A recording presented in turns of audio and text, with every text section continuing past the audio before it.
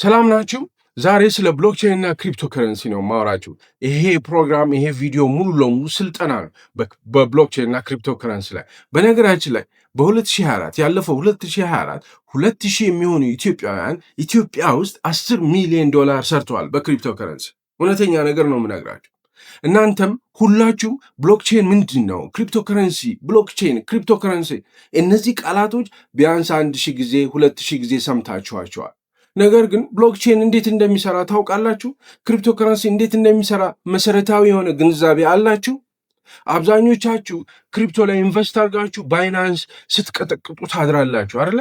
ነገር ግን ብሎክቼን ኔትወርክ እንዴት ነው የሚሰራው የሚለው ግንዛቤ አላችሁ? ኖ፣ አብዛኛው ሰው የለውም። 75% የሚሆነው ክሪፕቶ ላይ ኢንቨስት የሚያደርገው ሰው ብሎክቼን ኔትወርክ እንዴት እንደሚሰራ አያውቅም። ሰላም ጤና ይስጥልን። ቴምር ፕሮፐርቲስ ነን።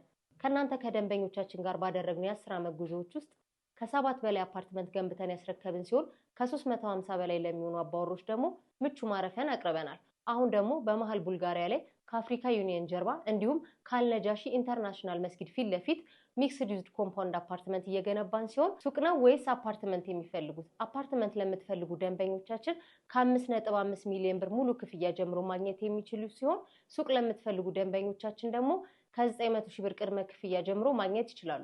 ለበለጠ መረጃ በ0998 77 87 11 ላይ ይደውሉልን።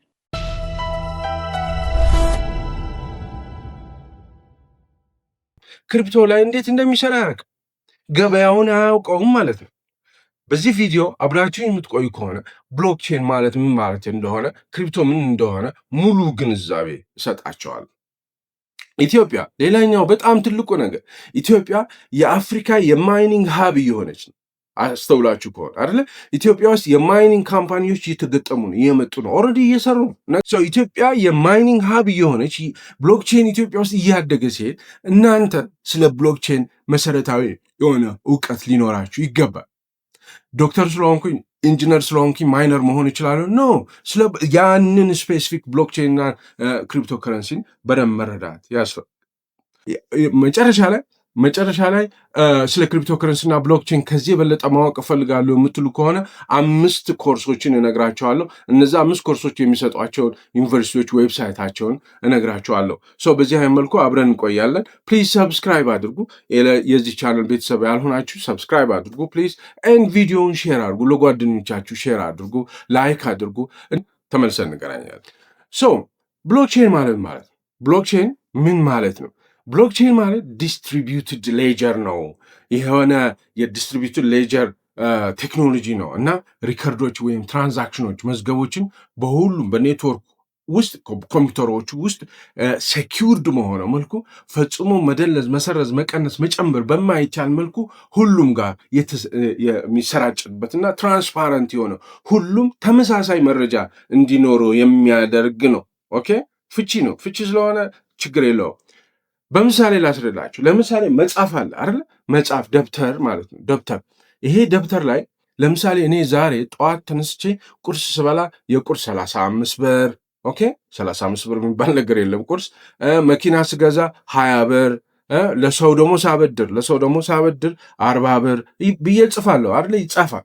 ይሄ ሲጻፍ ደብተሩ ኔጋ ነው ያለው፣ ደብተሩ መዝገቡ ኔጋ ነው ያለው አይደል? ነገር ግን በብሎክቼን ዲጂታል ነው ይሄ መዝገብ። ደብተር በእጅ የሚያዝ ሳይሆን ይሄ መዝገብ ዲጂታል ነው፣ ቨርቹዋል ነው። ቨርቹዋሊ የሚጻፍ ነገር ነው።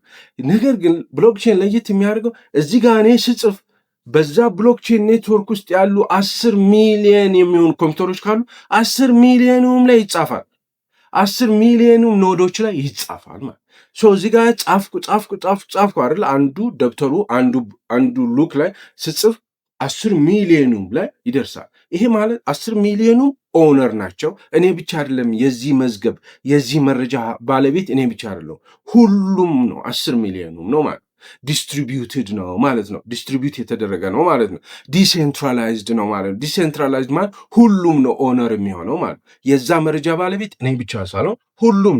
መረጃውን ያከናወንኩት ነኝ እኔ እንጂ መረጃው የተጻፈው እዛ መዝገብ ውስጥ የተጻፈው የሁሉም ነው ማለት ነው። ስለዚህ እዚህ ጋር እኔ አንዴ ከተጻፈ በኋላ ብሎክቼን ላይ አንዴ ሪከርድ ከተደረገ በኋላ መመለስ አይቻልም፣ መቀነስ አይቻልም፣ መሰረዝ አይቻልም፣ መደለዝ አይቻልም። ለቁርስ ቅድም ያልኳችሁ 35 ብር ብዬ ነበረ ሰርዤው ለቁርስ 50 ብር ነው ብዬ ብጽፍ ምን ማለት ነው?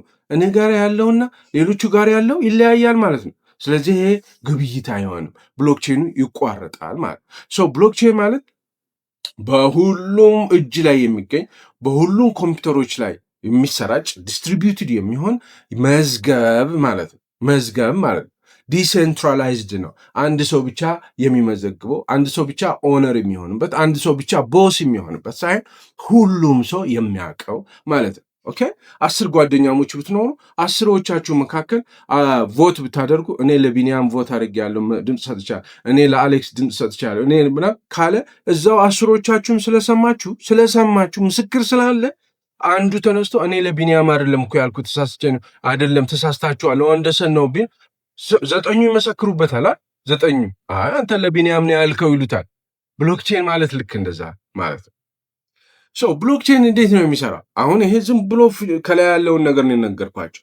ብሎክቼን እንዴት ነው የሚሰራ? ብሎክቼን እንዴት እንደሚሰራ ከማወቃችን በፊት አሁን ያለንበት የትራንዛክሽን የግብይት ስነ ስርዓት እንዴት ነው የሚሰራው የሚለውን ልንገራቸው። ለምሳሌ እኔ ኢትዮጵያ ውስጥ ነው ያለሁት፣ አዲስ አበባ ነው ያለሁት። በነገራችን ላይ 10 ብር አሜሪካ ላለ ጓደኛዬ መላክ ብፈልግ 10 ብር በአለኝ አፕሊኬሽን፣ ሞባይል አፕሊኬሽን፣ የንግድ ባንክ፣ የአዋሽ ባንክ ሊኖረኝ ባለኝ በዛ መላክ እችላለሁ? ኖ አልችልም። በ10 ብር ለአሜሪካ ላለው ጓደኛ መላክ አልችልም። ምንድነው የሚሆነው? ሶስተኛ ወገን መግባት አለበት። ባንክ ሄጄ ከዛ 10 ብሩን ሰጥቼው የዛኛውን ሰው ባንክ አድራሻ ሰጥቼው 10 ብሩን ደግሞ በዩኤስዲ በምንዛሬ 10 ብሯን ወደ ዩኤስዲ ለውጠዋል ማለት ነው ባንኩ። በዛ ሽባ አርጓት ከዛ በኋላ ይልኳል። ሲልከው ምን ይሆናል? 3 ቀን 4 ቀን ፈይቶ ነው የሚሄድ አንድ በር። ሁለተኛ እዚህ ጋር ምንዛሬ ምናምን ብሎ ክትክት አድርጎታል ብሬን ማለት 10 ብሬን። ሶስተኛ እኔ ራሴ ከፍላለሁ ለባንኩ ለሰርቪስ ቻርጅ ብዬ ከፍላለሁ ማለት።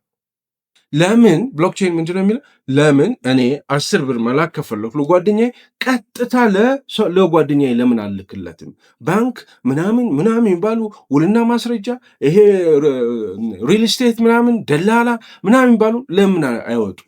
ቀጥታ ለጓደኛዬ ለምን አልክለት? ለምን ቪየትናም ለምን አይሆን? ለምን ኢንዲያ ለምን አይሆን? ቀጥታ ለምን አልክለትም? ፒር ቱ ፒር ለምን አላረግም ነው የብሎክቼን ሀሳብ። ለምሳሌ ቤት መግዛት ብትፈልጉ ምንድነው የሚሆን?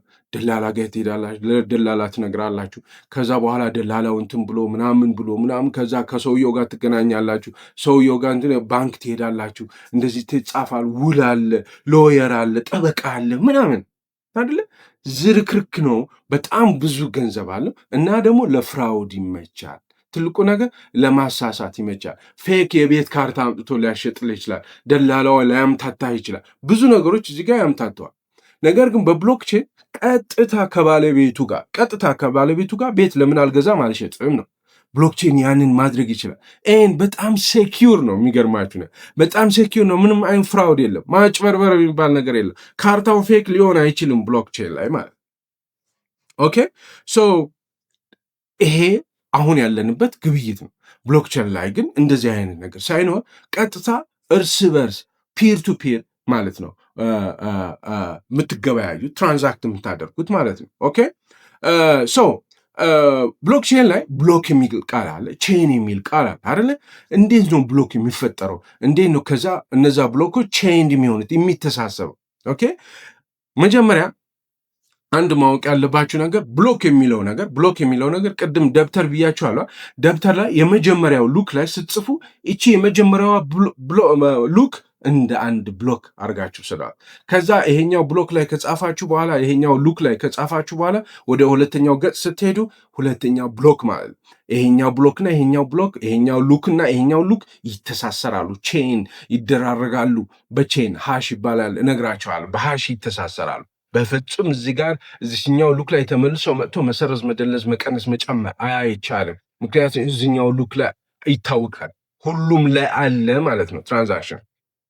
በአንድ ምሳሌ ልንገራችሁ ብሎክ እንዴት እንደሚፈጠር። ብሎክቼን ኔትወርክ ውስጥ አዲስ ብሎክ እንዴት እንደሚፈጠር ልንገራችሁ። ለምሳሌ አበባ 15 ብር አለው እንበል። እሺ በቀለ 5 ብር አለው፣ መሰረት 3 ብር አላት እንበል። የመጀመሪያው ብሎክ አበበ ለምሳሌ 10 ብር ለበቀለ ላክለት። መኪና ገዝቶ ሊሆን ይችላል፣ የሆነ አገልግሎት ተቀብለው ሊሆን ይችላል፣ ወይም አበድሮት ሊሆን ይችላል። ኦኬ ትራንዛክት ግብይት ነው፣ ተገበያይቶ ማለት ነው። 10 ብር ሲልክ ምን ይሆናል? የመጀመሪያ ብሎክ ይፈጠራል። ከዛ ደግሞ ምናልባት በቀለ ለመሰረት 5 ብር ላክላት እንበል። አሁንም እሱ ዕቃ ገዝቷት ሊሆን ይችላል፣ ትራንዛክሽን ነው። ምሳ በልተው ሊሆን ይችላል፣ ቁርስ በልተው ትራንዛክሽን ነው ማለት ሁለተኛው ብሎክ ይፈጠራል።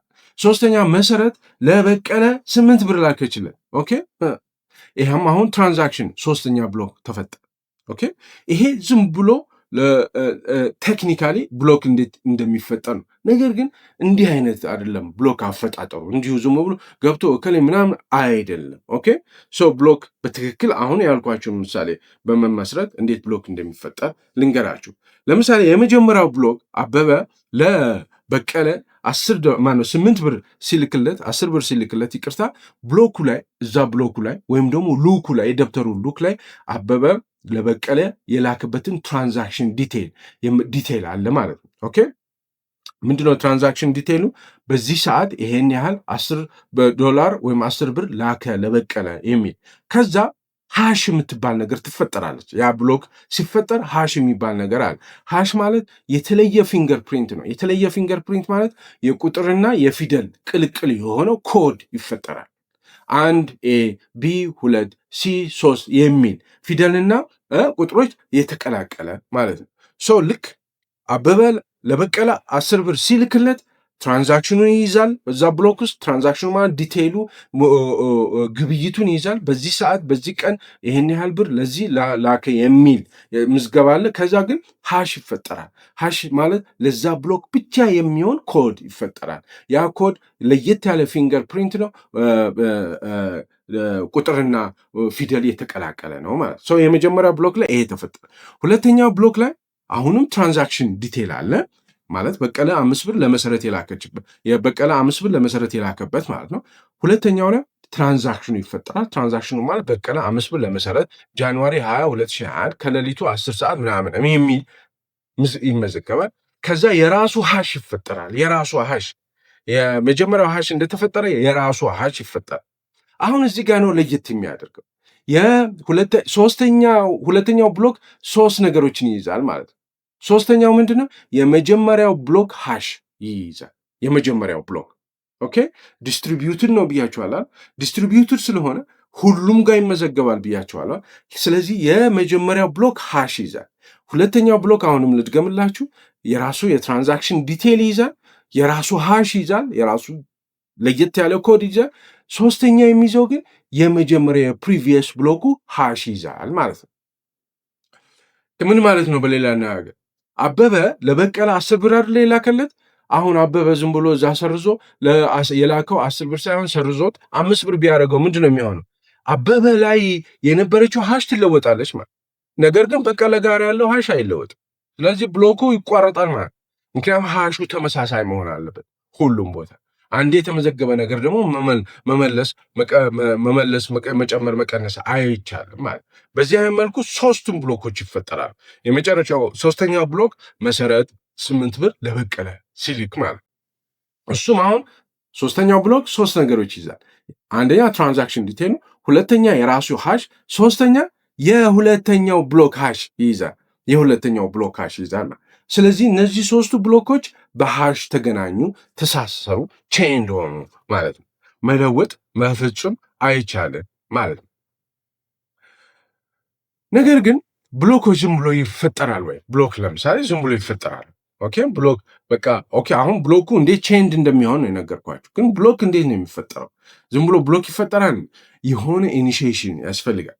ኦኬ ብሎክ ለመፍጠር ብሎኩን ቬሪፋይ አድርገው እዛ ብሎክቼን ኔትወርክ ውስጥ ብሎክ እንዲገባ የሚያደርጉ ሂደቶች አሉ። አንዱ ፕሩፍ ኦፍ ወርክ ይባላል፣ ሌላኛው ማይነርስ ይባላል። ፕሩፍ ኦፍ ወርክ ማለት ታማኝ የሆኑ ወይም ደግሞ የብሎክቼን ኔትወርኩ ሴኪውር በሆነ መልኩ ታማኝ የሆኑና የታመኑ ብቻ ወደ ብሎክቼን ኔትወርኩ አዳዲስ ብሎኮች እንዲገቡ ማድረግ የሚችል አሰራር ነው። ለምሳሌ ፕሩፍ ኦፍ ወርክ የሚባለው ማለት ነው POW ቢትኮይን ብሎክቼን ፕሩፍ ኦፍ ወርክ ይሰራል። ፕሩፍ ኦፍ ወርክ ማለት አሁን እንዳልኳችሁ ነው።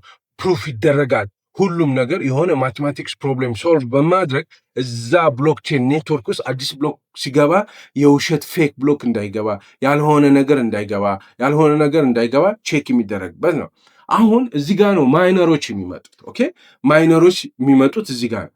ማይነር ማለት የሆነ ማቴማቲክ ፐዝል ወይም ደግሞ ኮምፕሌክስ የሆነ ማቴማቲክስ ፐዝል ሶልቭ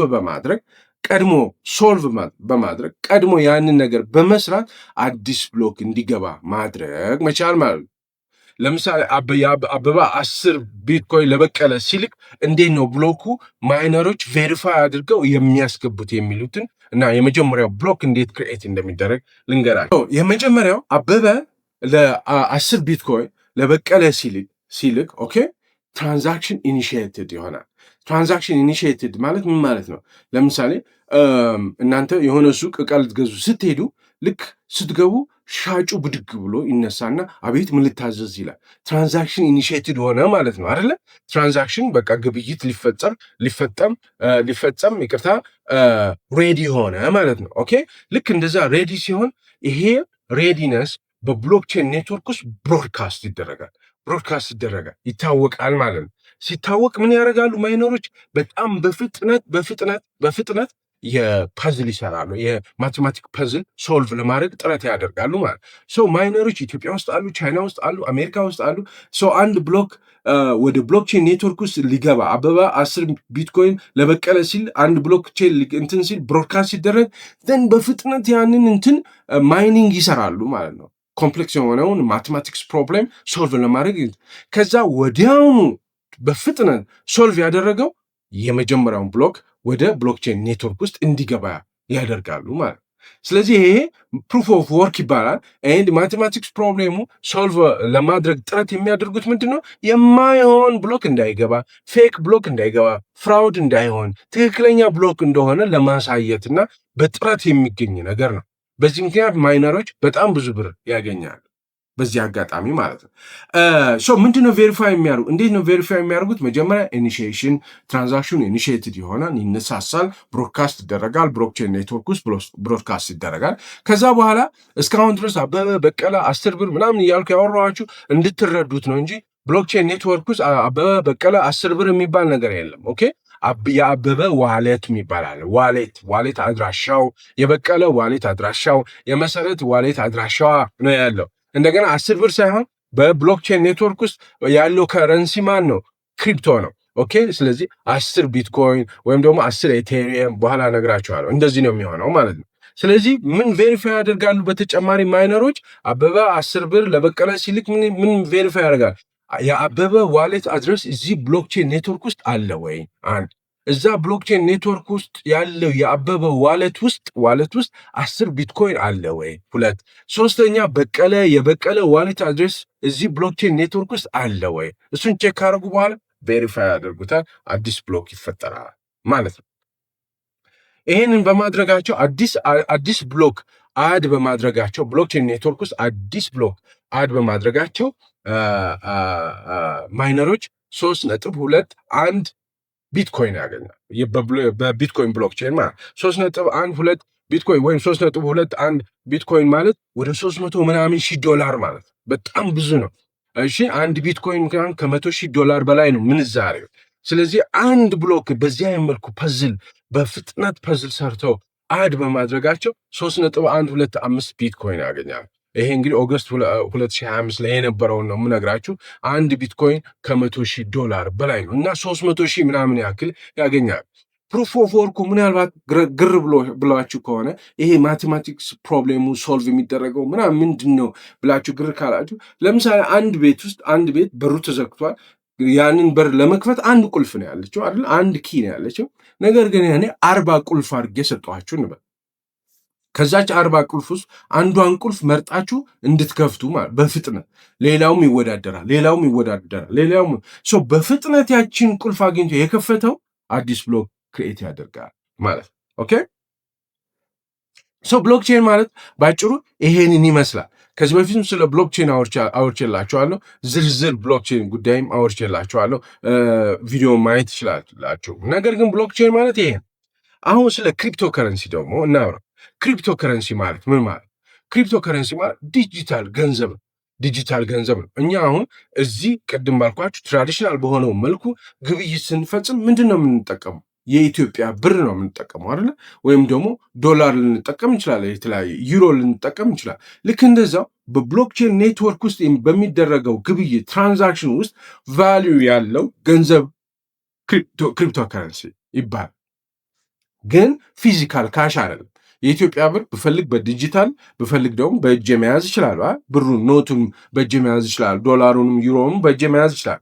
ክሪፕቶ ከረንሲ ግን ኤሌክትሮኒክ ነው። እዛው ዲጂታል ቨርቹዋል ዓለም ውስጥ እዛው ብሎክቼን ውስጥ ያለ ማለት ነው። ስለዚህ ምንድነው ክሪፕቶ ከረንሲ ማለት? ዲጂታል መኒ ነው። እዚህ ብሎክቼን ኔትወርክ ውስጥ ለመገበያየት የምንጠቀምበት ማለት ነው እና በዚሁ በብሎክቼን ኔትወርክ ውስጥ ራን የሚያደርግ ማለት ነው እና ክሪፕቶ ከረንሲ ክሪፕቶግራፊ የሚባል ሴክሬት ኮድ ይጠቀማል። ኦኬ ማንም ሰው የገንዘብ ስርጭቱን በቀላሉ ሀክ እንዳያደርገው ክሪፕቶግራፊ ወይም ሴክሬት ኮድ ይጨምረዋል። ለምሳሌ እናንተ $10 ለጓደኞቻችሁ ስትልኩ በሆነ አፕሊኬሽን እንዴት ነው የሚሄደው? ያቺ $10 ከእናንተ አፕሊኬሽን ተነስታ ጓደኞቻችሁ ጋር ስትሄድ እንዴት ነው የምትሄደው? ኔትወርክ ውስጥ እንዴት ነው የምትሄደው?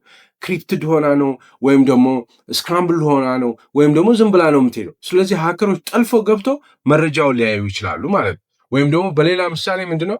ለምሳሌ ፀሐይ በምስራቅ ትወጣለች የሚል ቴክስት ባረግላችሁ ለእናንተ በሬጉላር ቴክስት ዋትሳፕ ላይ ወዘተ ፀሐይ በምስራቅ ትወጣለች ብዬ ስልክላችሁ እንዴት ነው የሚሄደው? ፀሐይ በምስራቅ ትወጣለች የምትለዋ እንዴት ነው የሚሄደው? ኦኬ ራሱ በቃ ዝም ብሎ ፀሐይ በምስራቅ ትወጣለች ብሎ ነው የሚሄደው?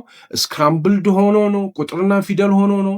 የሆነ ፐርሰንቴጅ ምናምን ሆኖ ልክ ጓደኛችሁ ሞባይል ስልክ ላይ ወይም ኔትወርክ ውስጥ ሲገባ ተመልሶ ሳን ራይዘስ ፍሮም ወይም ፀሐይ በምስራቅ ትወጣለች ይላል።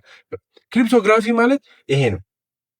ስክራምብል ያደርገዋል ማለት ኮድ ያደርገዋል ማለት ፀሐይ በምስራቅ ትወጣለች የምትለዋን ቃል ኮድ ያደርጓል። 1 2 0 ሃሽ ምናምን ፐርሰንቴጅ ምናምን ወይም ደግሞ የሆነ ስክራምብል በፍጹም አንደርስታንድ የማያደርግ ማለት የሆነ ሀከር ገብቶ ሰብሮ ሲገባ ሲያየው ምንም ሚኒንግ የለው፣ ትርጉም የለው።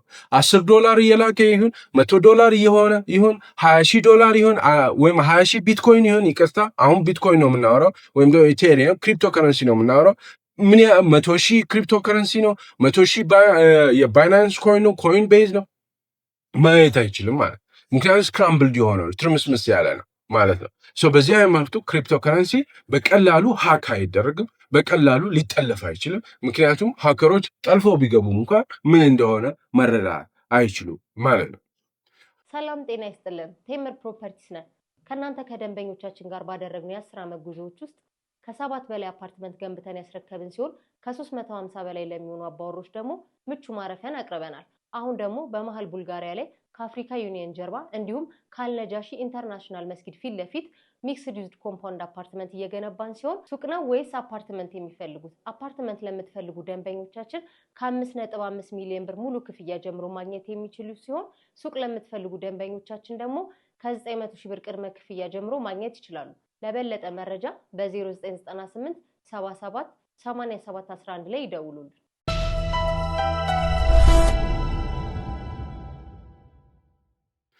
ክሪፕቶ ከረንሲ ዲጂታል መኒ ነው ብያቸዋል። ኤሌክትሮኒክ መኒ ነው ብያቸዋል። አሁን እኛ ከምንጠቀምበት ገንዘብ በምን ይለያል? ለምሳሌ ከብር በምንድን ነው የሚለየው? ብር የኢትዮጵያ መንግስትና የኢትዮጵያ ንግድ ባንክ ኮንትሮል ያደርጉታል አይደለ? ሲፈልጉ ህግ ያወጡበታል። ሲፈልጉ በሞባይል ባንክ ይሄን ያህል ብር ነው መላክ የምትችለው፣ ይሄን ያህል ብር ነው መቀበል የምትችለው፣ ከዚህ በላይ መቀበል አትችልም፣ ከዚህ በላይ መቀበል አትችይም እያለ ህግ ያወጣል አይደለ? የኢትዮጵያ መንግስት ወይም ደግሞ ዩሮ ኪስ ውስጥ የተገኘ ይታሰራል ብሎ ህግ ያወጣል። ወይም ደግሞ ዩሮ አንድ ሰው በቀን 2 ዩሮ ብቻ ነው መጠቀም ይችላል፣ 3 ዩሮ ብቻ ነው መጠቀም ይችላል እያለ እንዲህ አይነት ህግ ያወጣል። ምክንያቱም ሴንትራላይዝድ ማለት በባንኮችና በመንግስት የቁጥጥር ስር ነው ይሄ ገንዘብ ማለት ነው። ዩኤስ ዶላርም እንደዛው ነው፣ ዩሮም እንደዛው ነው። በመንግስትና በየሀገሮቹ ያሉ ባንኮች ቁጥጥር ስር ነው ማለት ነው። ክሪፕቶ ከረንሲ ላይ ግን እንደዛ ነገር የለም። ዲሰንትራላይዝ ስለሆነ ማንም ሰው ኦን ያደረገውም፣ ማንም ሰው ባለቤት አይደለም፣ ማንም ሰው አያዝበትም፣ ማንም ሰው ፖሊሲ አያወጣም፣ ማንም ሰው ህግ አያወጣም። እዛ ክሪፕቶ ከረንሲ አጠቃቀም ላይ ሁሉም ሰው ነው ህግ የሚያወጣው፣ ሁሉም ሰው ነው የሚስማማው፣ ሁሉም ሰው ያውቃል። አንድ ሰው ብቻ አይደለም ባለቤት የሚሆነው ማለት ነው። ክሪፕቶ ከረንሲ ሌላው በጣም ጠቃሚነቱ ለግሎባል ትሬድ በመላው ዓለም ለምሳሌ ባንክ አገልግሎት ባልደረሳቸው ወይም የባንክ አገልግሎት በሌላቸው ሰዎች አካባቢ አንድ ባንክ የሆኑ ፖፑሌሽኖች አካባቢ ክሪፕቶ ከረንሲ እነዛ ሰዎች በክሪፕቶ አፕሊኬሽን አማካኝነት ከመላው ዓለም ጋር መገበያየት ይችላል። ለምሳሌ አንድ ኢትዮጵያ ውስጥ ገጠር የሚገኝ ምንም ባንክ አካውንት የማያውቅ የባንክ አገልግሎትም ያልደረሰበት አካባቢ የሚኖር ሰውና ስልክ ግን ቢኖረው እና የክሪፕቶ አፕሊኬሽኖች ዳውንሎድ አድርገው ፍየል ብትኖረው ፍየሉን ለቪየትናማዊ ሰውዬ መሸጥ ይችላል።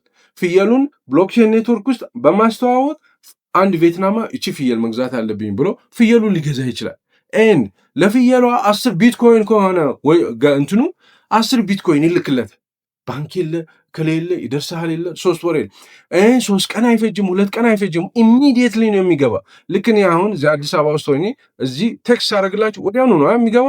ከየትም ዓለም ገንዘብ ሲላክላችሁ ወይም ቢትኮይን ወይም ደግሞ በአጠቃላይ ክሪፕቶ ከረንሲ ሲላክላችሁ ላይክ ዛት ይገባል ማለት እዛው ብሎክቼን ኔትወርክ ውስጥ መገበያየት ትችላላችሁ። ሌላ አሁን እኛ ከምናውቀው ገበያ ውጪ ብሎክቼን ኔትወርክ ገበያ ተፈጥሯል። እዛ ገበያ ውስጥ መሸጥ መለወጥ ትችላላችሁ ማለት ነው። እና ሌላኛው ክሪፕቶ ከረንሲ ፋይናንሻል ኢንክሉዥኑ በጣም አሪፍ ነው። ፋይናንሻል ኢንክሉዥኑ ማለት ባንኮች ሰዎች ዊዛውት ባንክስ ማለት ሪሞት ውስጥ ያሉ ሰዎች የባንክ አገልግሎት የሌላቸው ክሪፕቶን መጠቀም ይችላሉ። በጣም ፖፑላር የሆኑ ክሪፕቶ ከረንሲዎች አሉ። አንደኛው ቢትኮይን ነው። ቢትኮይን የታወቀ ነው። ኦኬ የመጀመሪያውና በጣም ሞስት ፌመስ የሆነ ክሪፕቶ ነው። ቢትኮይን ማለት 2009 ጀምሮ ነው አይደለም። ይሄ ቢትኮይን ዲጂታል ጎልድ ተብሎ ይጠራል። ዲጂታል ጎልድ ማለት ነው እናንተ አሁን በገንዘባችሁ ወርቅ ገዝታችሁ ብታስቀምጡ የወርቅ ዋጋ ሁሌ አፕሪሼት ስለሚያደርግ ሁሌ ስለሚጨምር ኢንቨስት አደረጋችሁ ማለት ነው። ዛሬ በ30 ሺህ ብር የገዛችሁት ወርቅ የዛሬ ዓመት 100 ሺህ ብር ይሸጥ ይችላል። ስለ ኢንቨስትመንት ነው። ልክ እንደዛው አንድ ሰው ቢትኮይን ገዛ ማለት $10 ቢትኮይን ዛሬ ገዛ ማለት ነገ ከነገ ወዲያ በጣም ምንዛሬው በጣም ፍላክቹዌት ስለሚያደርግ በጣም ከፍ ስለሚል ኢንቨስት አደረገ። ያ ኢንቨስትመንት ስለሆነ ቢትኮይንን እንደ ዲጂታል ጎልድ ተብሎ ይጠራል። ኦኬ ቢትኮይን ደግሞ እንደምታዩት በአንድ ቢትኮይን $100,000 በላይ ነው ሲመነዘር። ስለዚህ እንደምንም ዛሬ በ10 ብር ወይም በሆነ መልኩ አንድ ቢትኮይን የገዛ ሰው ነገ ከነገ ወዲያ $100,000 ሁሉ ሊያገኝ ይችላል ማለት ነው። ዲጂታል ጎልድ የተባለው ለዚህ ነው። ሌላኛው ኢቴሪየም የሚባለው ይሄ ኢቴሪየም ራሱ የቻለ ክሪፕቶ ከረንሲ ነው፣ ገንዘብ ነው። ዩሮ፣ ዶላር ምናምን እንደሚባሉት ብሎክቼን ኔትወርክ ውስጥ ያሉ ከረንሲዎች ናቸው። ኢቴሪየም ይባላል። ይሄ ኢቴሪየም ደግሞ የሚገርማችሁ ነገር ዝም ብሎ ከረንሲ ብቻ ሳይሆን ክሪፕቶ ከረንሲ ብቻ ሳይሆን ፕላትፎርምም ጭምር ነው። ኦኬ ሰዎች ሄዳችሁ ኢቴሪየም ዌብሳይት ውስጥ ገብታችሁ አፕሊኬሽኖችን ዴቨሎፕ ማድረግ የምትችሉበት ለምሳሌ ስማርት ኮንትራክትስ የሚባል አለ። ስለ ስማርት ኮንትራክት እነግራችኋለሁ። ስማርት ኮንትራክት እዛ ላይ ሄዳችሁ ዴቨሎፕ የምታደርጉበት ነው። ስማርት ኮንትራክት ማለት ስማርት ውል ማለት ውል እዚህ እኛ የምናውቀው ውል እዛ ብሎክቼን ኔትወርክም ውስጥ ውል አለ። ስለሱም እነግራችኋለሁ። ኢቴሪየም የሚባልም እንደዚሁ ከረንሲ አለ። ስቴብል ኮይንስ የሚባሉ አሉ። ኦኬ ዩኤስዲቲ የሚባል ወይም ቴዘር የሚባል ስቴብል ኮይንስ ማለት ስቴብል የሆኑ በቃ ስቴዲ የሆነ ቫሊዩ ያላቸው የማይለዋወጥ ለምሳሌ $1 ጋር የተያያዙ ኮይኖች ማለት ነው። ለመሰላችሁ ስቴብል ኮይንስ ያስፈለጉት ለምሳሌ እኔ ቬኔዙዌላ አልኩኝ ማኪያቶ መጠጣት ብፈልግ በቢትኮይን አልከፍልም አይደለ? በብሎክቼን ውስጥ የሚሰራ አንድ ካፌ ካለ እዛ ካፌ ሄጄ ማኪያቶ በአንድ ቢትኮይን አልጠጣም። ምክንያቱም አንድ ቢትኮይን $100 ምናምን ሺህ ነው። በስቴብል ኮይን እከፍላለሁ። ምክንያቱም ስቴብል ኮይን ስቴብል ነው። ምን ዋጋው ከፍ ዝቅ አይልም፣ አይዋዥቅም። $1 ነው። በቃ $1 ነው። ሰው ለኤቭሪዴይ ዩዝ በየቀኑ የተወሰኑ ጥቃቅን ነገሮችን ለመግዛት $10 የሚሆን 10 ስቴብል ኮይን በመክፈል እንደዚህ ቀላል ነገሮችን እንትንላለሁ ማለት ነው፣ እገዛለሁ ማለት ነው። ስቴብል ኮይን አለ፣ ኢቴሪየም አለ፣ ቢትኮይን አለ፣ ሌሎችም በጣም ብዙ አሉ። ዋና ዋናዎቹ እነዚህ ናቸው። በነገራችን ላይ ብሎክቼን ቴክኖሎጂ ክሪፕቶ ከረንሲ ምንድን ነው ይሄን ያህል እንደው እንደዚህ የሚወራለት ነገር ነው ወይ ብላችሁ ብትሉ እንደው ማርኬት ካፑን ልንገራቸው፣ የማርኬት ካፒታሉ ልንገራቸው። ለምሳሌ ክሪፕቶ ከረንሲ በ2023 800 ቢሊየን የሚያክል የማርኬት ቫሊዩ ነበረው ክሪፕቶ ከረንሲ። አርሊ 2025 ላይ አፕሪል ላይ ወደ 2.76 ትሪሊየን ደርሷል ዶላር 2.76 ትሪሊየን ዶላር 2.76 ትሪሊየን ዶላር ማለት 2.76 ትሪሊየን የሚያወጡ ከክሪፕቶ ከረንሲዎች እዚህ ብሎክቼን ኔትወርክ ውስጥ ሰርክሌት እያደረጉ ነው ማለት። በሌላ ነገር ኢትዮጵያ ውስጥ ስንት ብር ነው ሰርኩሌት እያደረገው? ስንት ብር ነው አሁን በአሁኑ ሰዓት ስንት ብር ነው? ስንት የኢትዮጵያ ብር ነው? ባለ 100 ባለ 10 ባለ ምናምን ኖቶች ስንት ነው ሰርኩሌሽን ውስጥ ያሉት ማለት? ልክ እንደዛ 2.76 ትሪሊየን ዶላር ዋጋ ያላቸው ከረንሲዎች ክሪፕቶ ከረንሲዎች በብሎክቼን ኔትወርክ ውስጥ ይመላለሳሉ። ምክንያቱም ሰዎች ትራንዛክት እየተደራረጉ ነው ማለት ነው። ይገበያያሉ፣ ይሸጣሉ፣ እንትን ይለውጣሉ ማለት ነው። አሁን ሚድ ጁላይ ላይ አሁን ጁላይ የዛ ባለፈው ወር ላይ ስንት ደርሷል? 4 ትሪሊየን ደርሷል። ከ2.76 ወደ 4 ትሪሊየን ከ1.4 ትሪሊየን በላይ በሁለትና በሶስት ወራት ጨምሯል። በጣም ቢግ ዲል ነው ማለት ነው። ራሱ ብሎክቼን ኔትወርክ ብሎክቼን ቴክኖሎጂ የሚባለው ራሱ ካፒታሉ በጣም ከፍተኛ ነው። 2023 ላይ 19.2 ቢሊዮን ዶላር ነበረ።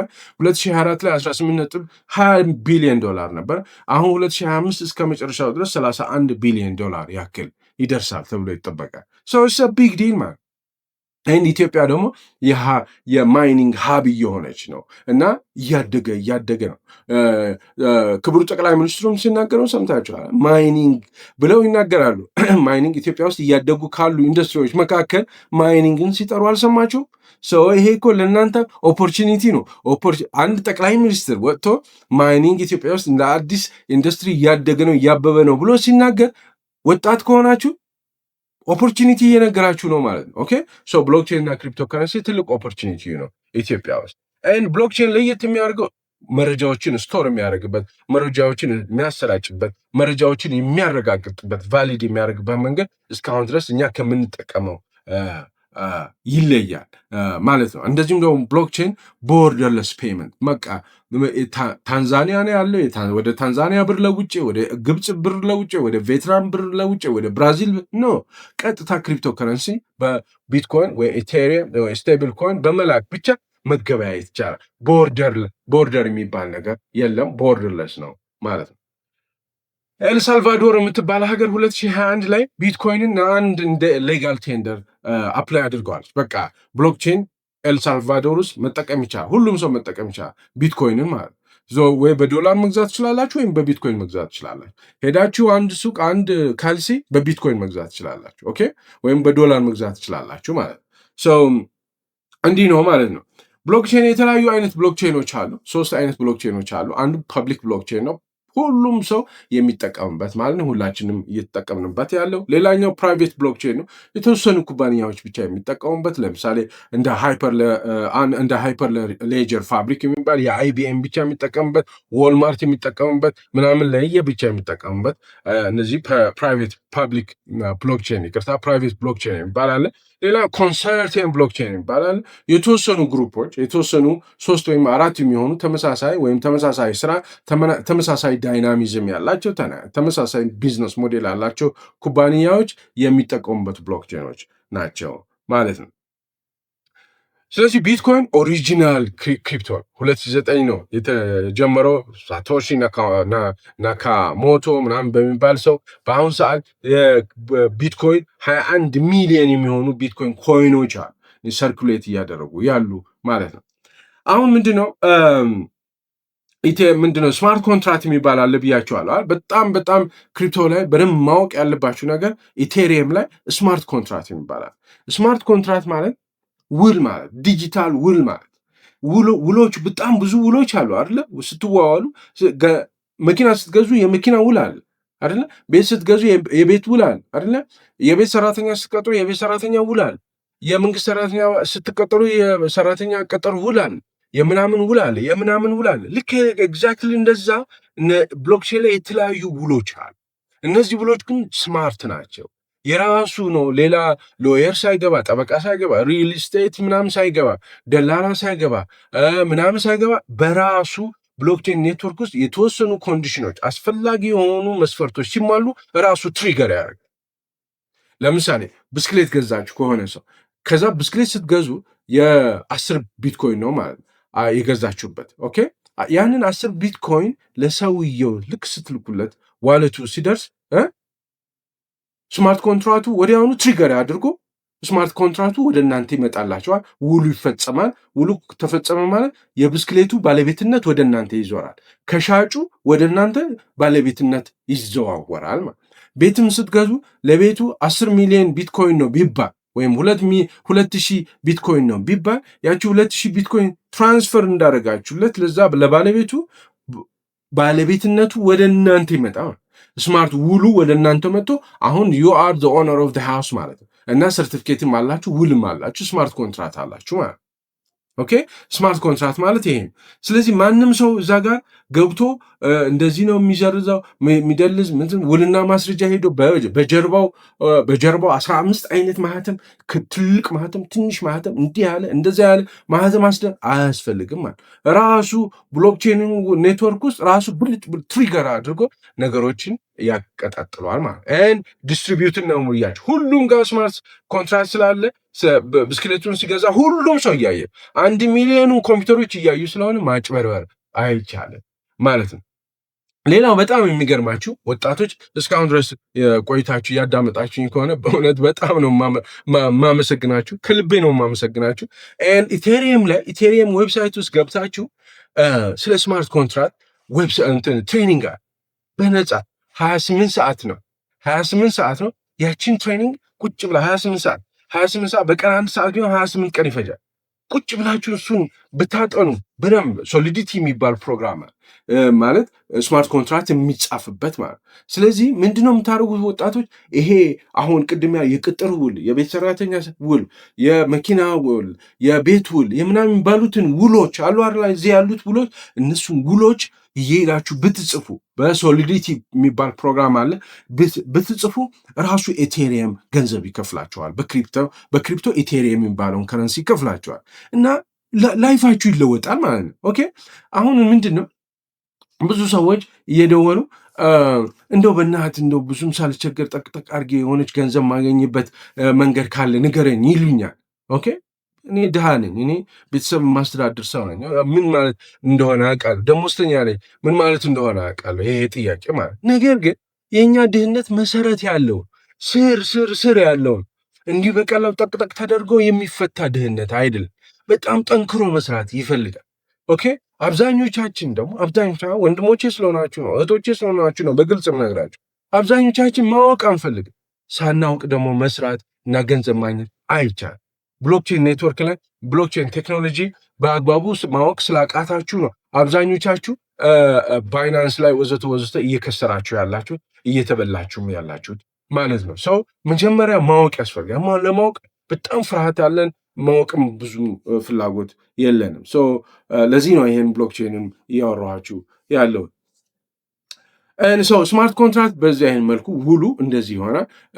አሁን ባልኳችሁ መልኩ እንትን ይላል ማለት ነው። ስለዚህ ኢቴሪየም ውስጥ ገብታችሁ ፕሊዝ ኢቴሪየም ውስጥ ገብታችሁ ይሄንን ስማርት ኮንትራክት የሚለውን ውል እንዴት ማጥናት እንደምትችሉ እንዴት መስራት እንደምትችሉ ለማጥናት ሞክሩ። 28 ሰዓት የሚፈጅ የገለጻ አለ፣ እሱን ብታዳምጡ ወይም ደግሞ ሌላ ቪዲዮ እሰራለሁ ፍላጎቱ ካላችሁ። እስካሁን ካላችሁ ኢቴሪየም ብላችሁ ወይም ደግሞ ኮርሷን ብላችሁ የሆነ ነገር ኮሜንት አድርጉልኝ።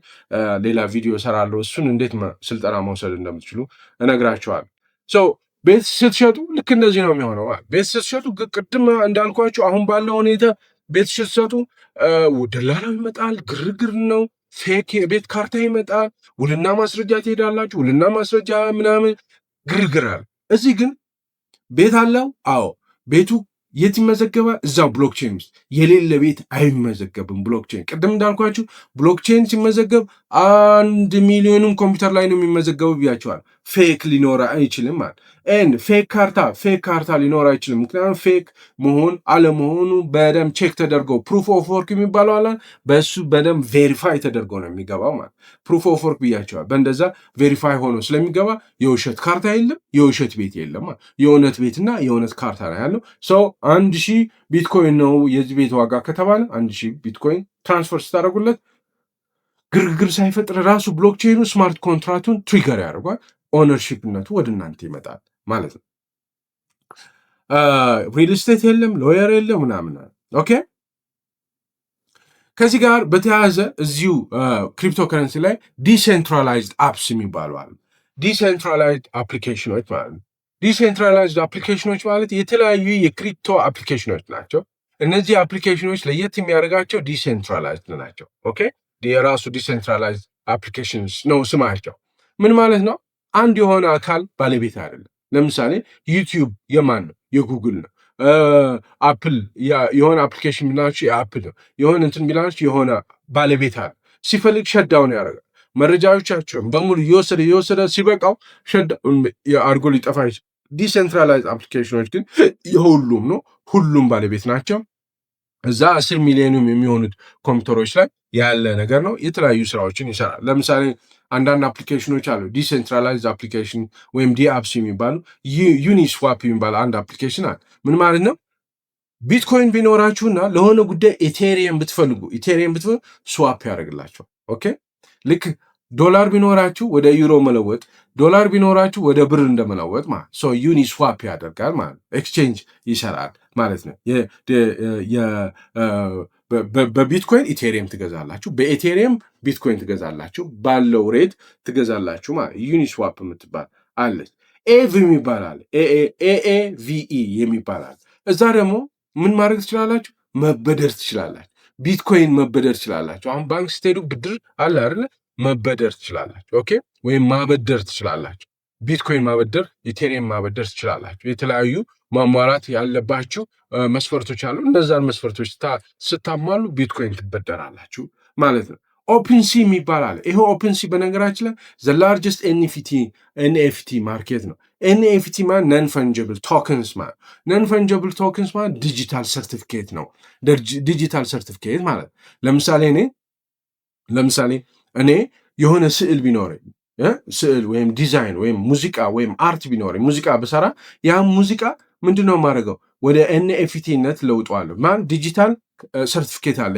ያ ሙዚቃ የኔ ነው፣ የኔ መሆኑን የኔ የአእምሮ ውጤት መሆኑን ያሳያል ማለት ነው። ሶ ኤንኤፍቲዎች የሄዳችሁ እንደዚህ መግዛት ትችላላችሁ። አንድ ሙዚቃ ስትገዙ ለምሳሌ ስዕል አርት ስትገዙ አርት አሁን ለምሳሌ ስትገዙ ከስር ይፈርምበታል ሰውየው አይደለ ሰዓሊው። እዚህ ብሎክቼን ኔትወርክ ግን ወደ ኤንኤፍቲነት መለወጥ አለበት አርቱን።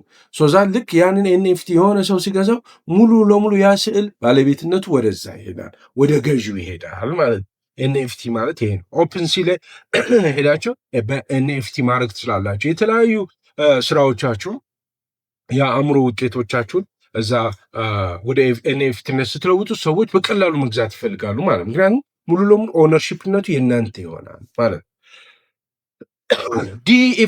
ዲኤፍአይ የሚባላል ዲሴንትራላይዝድ ፋይናንስ ማለት እዛ ብሎክቼን ውስጥ ዲሴንትራላይዝድ የሆነ የፋይናንሲንግ አገልግሎት ማግኘት ትችላላችሁ። ሎካል ትራዲሽናል ባንክ አገልግሎት እንዳለ ሁሉ ባንክ ለምሳሌ ያበድራሉ ይላል፣ ቦሮ ያደርጋል። የተለያዩ ትሬዲንጎች ምናምን የባንክ ስራዎች አሉ። ባንክ የሚሰራቸውን ስራዎች እነሱን እዚህ ብሎክቼን ኔትወርክ ውስጥ እንዲሰራ የሚያደርግ ነው ዲሴንትራላይዝድ ፋይናንስ ማለት ነው።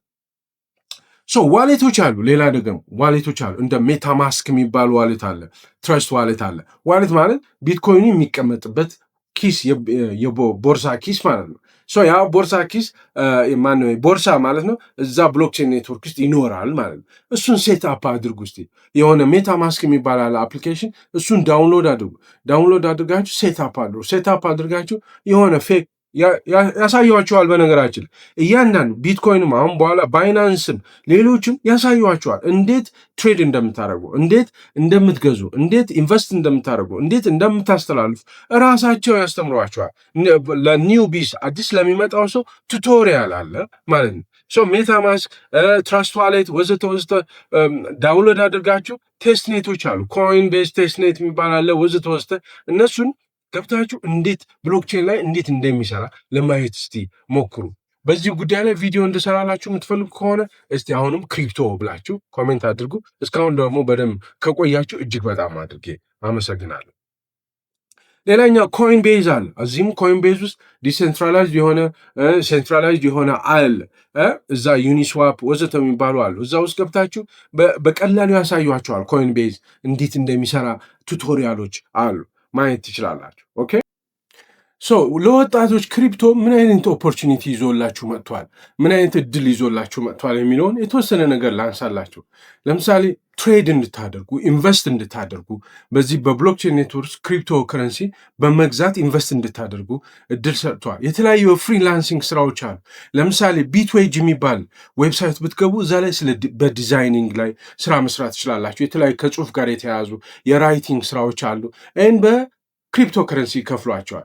እንደዚሁም ደግሞ ስለ ብሎክቼን በስፋት መማር የምትችሉበት እድል ፈጥሯል። ዩቲዩብ ላይ፣ ኮርሴራ ላይ እነዚህን ነገሮች በመማር በአንደርስታንድ በማድረግ በደንብ አድርጋችሁ በመያዝ አይ ቲንክ አፍሪካ ውስጥ በወር እስከ $5,000 የሚያገኙ ወጣቶች አሉ። ኢትዮጵያ ውስጥ መኖራቸውን ማረጋገጥ አልቻልኩም። በደንብ በክሪፕቶ በደንብ የሚያገኙ ሰዎች አሉ። ነገር ግን በደንብ የሚያውቁ ሰዎች ናቸው። እነዚህ ወጣቶቹ በደንብ የሚያውቁ ናቸው። እንዲሁ እንደ ጠቅጠቅ አይነት አይደለም። ግሎባል ኤግዛምፕል ብነግራችሁ ክሪፕቶ ዶት ኮም ውስጥ ብትገቡ፣ ይሄ የሲንጋፖሩ ማለት ክሪፕቶ ዶት ኮም ብላችሁ ብትገቡ በጣም ብዙ ነገሮች አሉት። እዛ ላይ ራሳቸው ያስተምሯቸዋል። ቱቶሪያል አለ። እንዴት ክሪፕቶ እንደሚላክ፣ እንዴት እንደምትገዙ፣ ብሎክቼን እንዴት እንደሚሰራ ያሳየዋቸዋል። እንደውም አንዳንዶቹ ቪዲዮ ስላያችሁ ትሬኒንጉን ስለወሰዳችሁ ራሱ ክሪፕቶ ሁሉ የሚሰጧችሁ አሉ። አሁን ክሪፕቶ ዶት ኮም ውስጥ ብትገቡ 80 ሚሊዮን የሚሆኑ ተጠቃሚዎች አሉ። ከዚህ ውስጥ 30% የሚሆኑት ወይም ደግሞ 10% የሚሆኑት እድሜያቸው ከ30 ዓመት በታች ነው። በ2024 እዚህ ክሪፕቶ ዶት ኮም ውስጥ ገብተው ማለት ነው $1 ቢሊዮን እርን ያደረጉ ሰዎች አሉ። $1 ቢሊዮን ያክል የሰሩ ሰዎች አሉ በ2024 ማለት ነው። 40% የሚሆኑት እድሜያቸው ከ35 ዓመት በታች ናቸው። እነዚህ መጠቀም ያስፈልጋል። ዞር ዞር እያላችሁ ለማየት መሞከር ያስፈልጋል። እንዴት ነው ቤኔፊት የሚያደርገው? እንዴት ነው ቤኔፊት ወጣቶችን ክሪፕቶ እንዴት ነው ቤኔፊት የሚያደርገው? ፋይናንሻል ፍሪደም አለ። ፋይናንሻል ፍሪደም ማለት እዚህ ቁጭ ብላችሁ ባንክ መሄድ ሳያስፈልጋችሁ ቤታችሁ ቁጭ ብላችሁ ምንም አይነት የትራንዛክሽን ፊ ወይ ሰርቪስ ፊ ሳትከፍሉ ትንሽ ነው የምትከፍሉ 0.1% አካባቢ ነው የምትከፍቱ ለፋሲሊቴሽን ፊ ማለት ነው። ቺፕ የሆኑ ትራንዛክሽኖችን ማድረግ ትችላላችሁ። ስኪል ቢልድ ማድረግ ትችላላችሁ። ኦኬ ለምሳሌ ፓክስፉል የሚባል አለ። ፓክስፉል የሚባል ዌብሳይት ውስጥ ብትገቡ ይሄ እዚህ ፓክስፉል የሚለው ፓክስፉል ዶት ኮም ውስጥ ብትገቡ ትሬድ ማድረግ ትችላላችሁ፣ ኢንቨስት ማድረግ ትችላላችሁ፣ ክሪፕቶ መግዛት ትችላላችሁ ማለት ነው። ፓክስፉል ላይ 12 ሚሊዮን የሚሆኑ ተጠቃሚዎች አሉ። 60% የሚሆኑት እድሜያቸው ከ35 ዓመት በታች ናቸው። 2024 ላይ በአፍሪካ ውስጥ 2024 ላይ 500 ሚሊዮን ያህል ዶላር ሰርተዋል። 2024 አፍሪካ ውስጥ ፓክስፉል ላይ ማለት ነው። ስለዚህ የክሪፕቶ ከረንሲ ቤኔፊት በጣም በጣም ሂዩጅ ነው። እንደው የተወሰኑ ስትራቴጂ እንዴት ነው መጠቀም የምንችለው ብትሉ ስታርት ዊዝ ስሞል በትንሽ ብር $1 ጀምሩ። $1 ጀምራችሁ ኢንቨስት አድርጉና ከዛ በኋላ አንደርስታንድ ለማድረግ ሞክሩ። ቅድም እንዳልኳችሁ ሁሉም የክሪፕቶ በጣም ብዙ ስካም ክሪፕቶ አፕሊኬሽኖች አሉ። በነገራችን ላይ ስለነሱ ማወራቸዋለሁ ወይም ሌላ ቪዲዮ ሰራለሁ ማለት ነው። ይሄ ግን ሙሉ ለሙሉ የግንዛቤ ጉዳይ ስለሆነ እዚህም እያልኩ ነው የምነግራችሁ ማለት ነው። ምንድነው በትንሽ ነገር ጀምሮ የክሪፕቶ አፕሊኬሽኖች ዳውንሎድ አድርጋችሁ በትንሽ ከዛ እያለ እያደገ አንደርስታንድ ለማድረግ በተለይ ብሎክቼኑን እና ክሪፕቶን አንደርስታንድ ለማድረግ መሞከር። ኤንኤፍቲ ቅድም እንዳልኳችን ነን ፈንጀብል ቶክንስ ክሬት ለማድረግ ሙዚቃ ካላችሁ አርት፣ ይሄ የአእምሮ ውጤት ያላችሁ ሰዎች በጣም በቀላሉ ማለት ትችላላችሁ። ኦፕን ሲ የሚባላል። ኦፕን ሲ የሚባል ዌብሳይት ላይ እዚህ የምታዩት ላይ ብትገቡ በጣም ግዙፍ የሆነ የኤንኤፍቲ ማርኬት ነው። እዛ መሸጥ ትችላላችሁ ኤንኤፍቲያችሁን። አሁን 19 ዓመት ልጅ አንድ ኤንኤፍቲ ሸጦ $50 አግኝተዋል በ2024። እዚህ ወጣቶች ከ25 ዓመት በታች የሆኑ $1.2 ቢሊዮን ሰርተዋል በኤንኤፍቲ ማለት ነው በ2024። እስቲ የተወሰኑ ክሪፕቶዎችን ላንሳላችሁ።